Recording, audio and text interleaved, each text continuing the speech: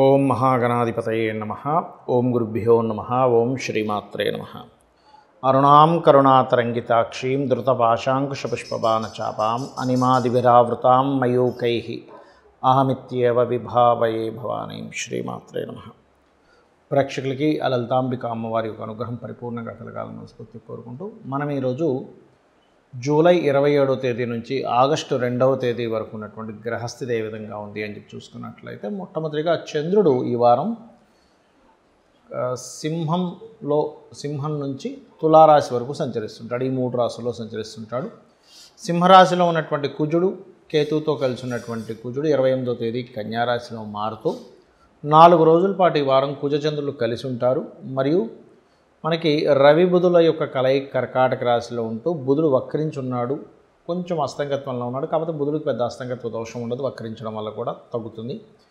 అలాగే గురువు శుక్రుడు మిథునంలో కలిసి ఉంటూ మీనంలో శని భగవానుడు వక్రించున్నాడు, కుంభంలో రాహువు ఉన్నాడు. అయితే ఈ యొక్క గ్రహస్థితిని అనుసరించి ద్వాదశ లగ్నాల వారికి ఏ విధంగా ఉండబోతుంది మరియు ఎటువంటి జాగ్రత్తలు తీసుకోవాలి అనేటువంటి విషయాలు చెప్తుంది నేనైనప్పటికీ కూడా చెప్పిస్తుంది సాక్షాత్ లలిత అమ్మవారిగా భావిస్తూ ఒక్కొక్క లగ్నం గురించి మరియు ఒక్కొక్క రాశి గురించి తెలుసుకుందాం. కన్యా లగ్నము, కన్యారాశి. కన్యవారికి ముఖ్యంగా 27వ తేదీ నుంచి ఉన్నటువంటి గ్రహస్థితిలో 28వ తేదీ నుంచి కుజుడు లగ్నంలో సంచరిస్తున్నాడు. కాబట్టి 28, 29, 30, 31, 27, 28, 29, 30, 31 ఈ 5 రోజులు కొంచెం మీరు ఎవరితోనైనా కొన్ని ఘర్షణ వాతావరణానికి సంబంధించింది, లేకపోతే ఒక్కోసారి మనం చూడండి పూర్వజన్మలో ఏదో మనం కర్మలో ఉందేమో అనుకునేవి కొన్ని మీ లైఫ్లో జరుగుతాయి. అది గుడ్ ఆర్ బ్యాడ్ రెండు కూడా చూపిస్తుంది. అక్కడ ఫైనాన్షియల్గా చూసుకుంటే చక్కటి అభివృద్ధి ఉంది, ధనపరంగాను కుటుంబ పరంగాను అందులో ఎటువంటి ఇబ్బంది లేదు. కాకపోతే కొన్ని ఆవేశపూరితమైనటువంటి నిర్ణయాలు పనికి రావు ఈ వారం. మొదటి 5 రోజులు గుర్తుపెట్టుకోండి. అలాగే గృహము వాహనము కొనుగోలు చేయడానికి చాలా అనుకూలమైన స్థితి. ల్యాండ్స్ లేకపోతే ఏదైనా మిషనరీస్ కూడా కొనుగోలు చేస్తారు, కొత్త విద్యలు నేర్చుకుంటారు. ఉన్న ప్రదేశం నుంచి ఇతర ప్రదేశానికి వెళ్ళి కూడా కొత్త విద్యలు మీరు అభ్యసిస్తారు, అందులో ఎటువంటి సందేహం లేదు. అలాగే సప్తమ స్థానంలో ఎప్పుడైతే రాహు ఉండి వక్రించి ఉన్నాడో, శని ఉండి రాహు వైపు వక్రించి వెళ్తున్నాడో, సప్తమ స్థానంలో శని వక్రించి ఉన్నందుకు కొన్ని సంబంధాలు దగ్గర దాకా వచ్చి వెనక్కి వెళ్ళడం, కానీ సంబంధం కుదరడానికి ఈ వారం చాలా అనుకూలంగా ఉంది. అది ముఖ్యంగా చూసుకోండి. అందులోని మీకు తల్లి తరపు బంధువర్గము లేకపోతే సిబ్లింగ్ వరుస వాళ్ళకి తెలిసిన వాళ్ళు అలాగ సంబంధం రావడం జరుగుతూ ఉంటుంది. ఇక ఉద్యోగ ప్రయత్నాల్లో బ్యాంకింగ్ సెక్టార్స్లోని, ఫైనాన్స్ రంగాల్లోని, చార్టెడ్ అకౌంటెంట్స్ అకౌంట్ రంగాల్లోని, టీచింగ్ ట్రైనింగ్ ఇటువంటి రంగాల్లో ప్రయత్నం కనుక చేసినట్లయితే 100% మీకు ఉద్యోగ ప్రయత్నాలు సఫలీకృతం అవుతాయి.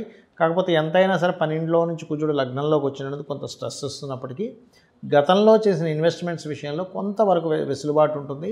కాకపోతే మీకు 12లో కేతు ఉన్నందుకు మీరు ఎటువంటి ఇన్వెస్ట్మెంట్స్ చేస్తున్నా కూడా ఖచ్చితంగా గణపతిని ఆరాధిస్తూ ఆ యొక్క ఇన్వెస్ట్మెంట్స్ వైపు అడుగులు వేయండి, బాగుంటుంది. ఇక మీరు నిత్యము చేయవలసింది వెంకటేశ్వర స్వామి యొక్క ఆరాధన, దుర్గా అష్టోత్తరం చదువుకోండి, అన్ని విధాలు బాగుంటుంది. చాలామంది నన్ను అడుగుతున్న ప్రశ్న ఏమిటంటే, ఏమండి మనం పూర్వజన్మలో చేసినటువంటి కర్మ వలన ఇవన్నీ జరుగుతున్నాయంటుంటారు కదా, మరి మనం చేసేటువంటి పూజాది కార్యక్రమాలు కావచ్చు, దానము ధర్మము ఇవన్నీ ఉంటాయి కదా, వీటిల్లో పెద్దగా చేసేవి కొన్ని ఉంటాయి, హోమాలు యజ్ఞాలు ఇవన్నీ.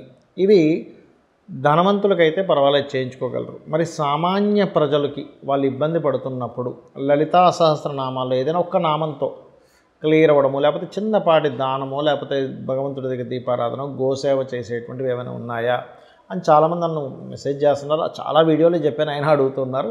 ఈ వీడియోలో మరింత క్లారిటీ ఇస్తాను. ఇది ఖచ్చితంగా కలియుగంలో ఏంటంటే మనం నామస్మరణ చేత అంత గొప్ప ఫలితాన్ని పొందుతాం. కలియుగానికి కొన్ని గొప్పతనం ఏం చెప్తారంటే, ఇప్పుడు మనస్ఫూర్తిగా నిజంగా మీకు ఒక గోశాల ఒక 100 గోవులను 1000 గోవులను మీరు పోషించాలనుంది, మనసులో నిజంగా మనస్ఫూర్తిగా అనుకుంటే నిజంగా అన్ని గోవుల్ని పోషించిన ఫలితం వస్తుందట. కలి యొక్క ప్రభావం అంత గొప్పది, అందుకే కలి సాధువు అంటారు.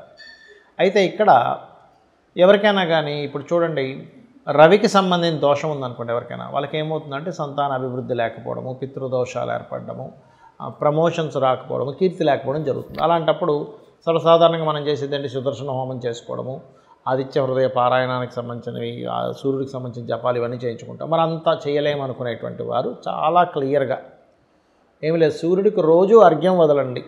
సూర్యభగవానుడు నమస్కార ప్రియుడు కాబట్టి నమస్కారం చేయడం ద్వారా సూర్యభగవానుడికి ఆయన తృప్తి చెంది మీకు మంచి ఫలితాలు ఇస్తాడు. ఇక రెండవది, చంద్రదోషాలు ఉన్నాయనుకోండి ఎవరికైనా, ఏమవుతుంది అంటే ఎప్పుడూ మానసికంగా బాధగా ఉండడం, తల్లితో పడకపోవడం, అత్తగారితో పడకపోవడం, ప్రయాణాల వల్ల అనవసరమైన ఖర్చులు అవ్వడం, జలగండాలు ఏర్పడడం, ఇటువంటివన్నీ ఏర్పడుతుంటాయి. మరి దీనికి ఏం చేస్తాము? రాజరాజేశ్వరి అమ్మవారి యొక్క హోమము, యజ్ఞము, రాజశ్యామల యాగం ఇలాంటివి చేస్తారు ధనం ఉన్నవారు. మరి లేకపోతే మీ పరిస్థితి ఏమిటి అంటే సింపుల్గా ఏం లేదు, గోవుకి ముల్లంగి తినిపించండి. చక్కగా ఓం అష్టమీ చంద్ర విభ్రాజ అలిక స్థల శోభితాయే నమః చేసుకోండి. సూర్యుడికేమో ఓం భానుమండల మధ్యస్థ భైరవీ భగమాలనే నమః చేసుకోండి, సరిపోతుంది. ఇక కొంతమందికి ఎప్పుడూ ఏదో ఒక గొడవేనండి, లైఫ్ లాంగ్ గొడవలు, స్ట్రెస్లు ఉంటూ ఉంటాయి. మరి దానికి కారణం ఏమిటి అంటే శని కుజులు కలిసి పాడైనా లేకపోతే కుజుడు బాగా పాడైనా ఇటువంటివి ఎక్కువగా జరుగుతుంటాయి. దీన్నే చాలామంది కుజ దోషం అంటూ ఉంటారు. అది ఏ భావంలో ఏర్పడిందో దాన్ని బట్టి చేసుకోవాలి. మరి దీనికి పరిహారం ఏమిటి అంటే మనం ఏం చేస్తాం? చండీ పారాయణం చేసుకోవడం అండి, చండీ హోమం చేస్తున్నామండి, నవచండీ అండి, లేకపోతే సహస్ర చండీ అండి, శతచండీ అండి అంటుంటారు. మరి ధనం ఉన్న వాళ్ళైతే చేసుకుంటారు, కానీ లేని వాళ్ళ పరిస్థితి ఏమిటి? ముందే అప్పుల పాలు ఉన్నామన్నప్పుడు మీరు చేయవలసింది ఏమిటంటే సింపుల్గా ఏం లేదు, చండీ వినండి సరిపోతుంది. లేదా ఎక్కడైనా చండీ జరుగుతుంటుంది, అక్కడికి వెళ్ళి కూర్చోండి, పావు వంతు మీకు వస్తుంది అంటారు. అదేవిధంగా ఓం చండికాదేవి అయి నమః, ఓం చండీ దేవతాయై నమః అని అనుకోవచ్చు.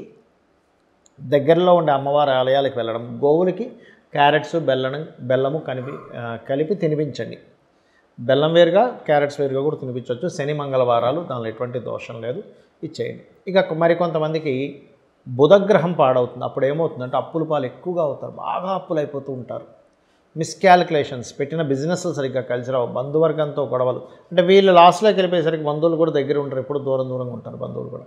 మరి వారికి పరిస్థితి ఏమిటి అంటే ఇక్కడ శాస్త్రంలో చెప్పినటువంటిది ఏమిటి అంటే మనకి విష్ణు సహస్రనామాల పారాయణం కానీ లేకపోతే సుదర్శన హోమం కానీ, ఓకే, ఈ రకమైనటువంటి అందులో ముఖ్యంగా సర్ప నక్షత్రాలకు సంబంధించింది ఏదైనా దశలు ఉన్నప్పుడు మనకి మన ఆశ్లేష బలి లాంటిది, లేదా సర్పదోషం ఏర్పడింది, బుధుడితో పాటు సర్పదోషం ఏర్పడినప్పుడు నవనాగ పూజలు, నవనాగ కార్యక్రమాలు అవి చేస్తూ ఉంటారు.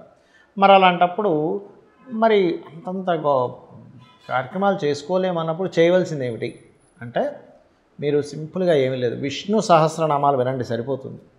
లేదా రావి చెట్టు చుట్టూ ప్రదక్షిణం చేయడం, అక్కడ ఉండేటువంటి సర్పాలకి పసుపు కుంకుమ గంధం కలిపిన వాటర్ వేయడం, గోవులకి గోంగూర తినిపించడం, నవగ్రహాల్లో ముఖ్యంగా రాహు కేతు బుధగ్రహాలకి దీపారాధన చేయడం, అప్పులు ఎక్కువగా ఉన్నాయనుకునేటువంటి వారు ఓం అపర్ణాయై నమః మరియు ఓం సంపత్కరీ సమారూఢ సింధుర వ్రజసేవితాయ నమః చేసుకోండి, సరిపోతుంది.